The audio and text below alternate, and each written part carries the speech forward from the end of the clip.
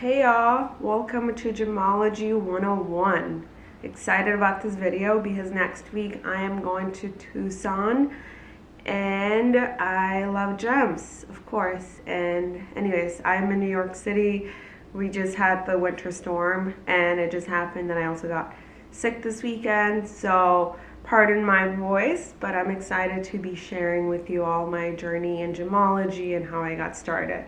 Started in gemology at GIA, so that stands for Gemological Institute of America, here in New York, and their headquarters are in Carlsbad, California. They got started a little over 50 years ago, and they kind of set the standard for gem grading and looking at a stone and the cut and clarity, color, and all of that, the carat, the 4 C's. So they've been kind of pioneers in setting the standards for the industry and detecting a bunch of treatments and different types of gemstones. So this year I'll be done with my final course, just so I can finally get my diploma in graduate gemology. It's been a long time in the making. I've been kind of doing it part-time on my own outside of work, and this year I'm kind of doing a big push to just go into the lab and get it all done. It's a lot of stone grading, so you go in, you look at 20 stones at a time, and then you figure out what each stone is. You're like, all right, this is dyed chalcedony or so on, and there's just so many different types. I mean, this book here alone contains most stones, and it tells you, okay, blue and violet gems, transparent and opaque, and it's like, the most important stuff for gem grading is the RI. That's just a spectrum. Similar, if you've done astronomy, that's similar to the spectrum of a star to figure out what's in the star and so on, or like looking at the, different planets and figuring out if they have water. But yes, my favorite thing about gemology is definitely being able to look at a stone and figuring out what it is. The sad thing about gems is it's not always what you think it is. Sometimes you might be looking at a green stone and you think it's an emerald, and in fact it's just glass or synthetic emerald, which pretty much has no value. And it sucks if you ever overpay because you cannot expect to get your money back, correct? Yeah, the interesting thing about GIA is they're a very strict lab in terms of how they grade stones, and they're also pretty strict in the classroom too. It's interesting, like they are like, no, don't be late a single minute, no this and that, no pictures, and I get it, they have a reputation to upkeep. But I definitely had my qualms with them when I first started as a student, just because they were kind of like a little too strict, in terms of like, all right, you need to have this or that or this or that, and if not, then you can't. So I got a little annoyed at them, especially coming from like Dartmouth. I feel like GIA was being a lot more difficult for no reason. Like all you need is like a high school diploma to to study there. So for me, I was like, why are they being so complicated? So I think once you get through the bureaucracy a little bit, it gets better, and then the materials obviously why are there, the interesting part. So after taking a little bit of time off from studying there, I was like, all right, I'm ready to go back.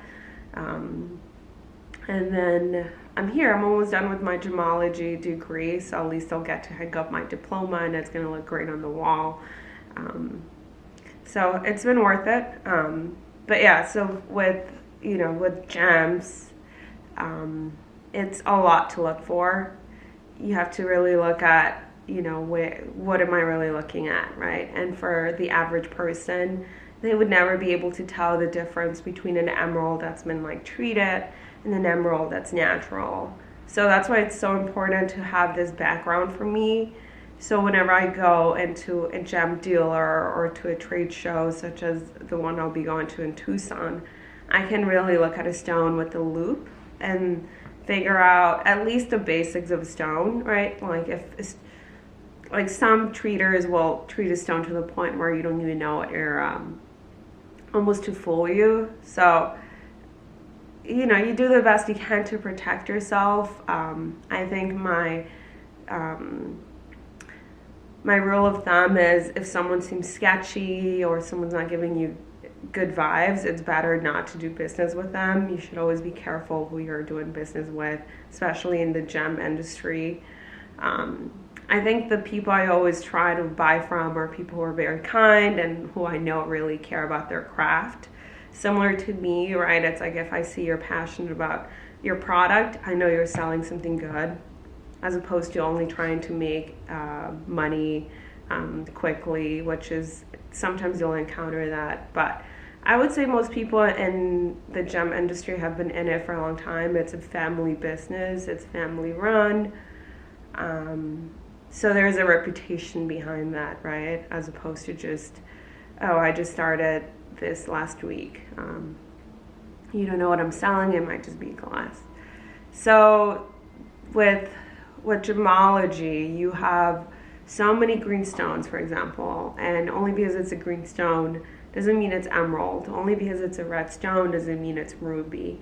For example, spinel is a stone that would often get confused for ruby. So a lot of jewelry that was made back in the day was, it's like, oh, we're using rubies. And now when we look at the stones, it's like actually it was not ruby, it was this other thing called spinel.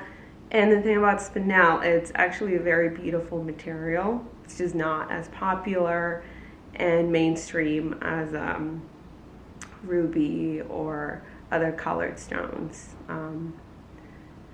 But my favorite thing about gemology is definitely finding good value.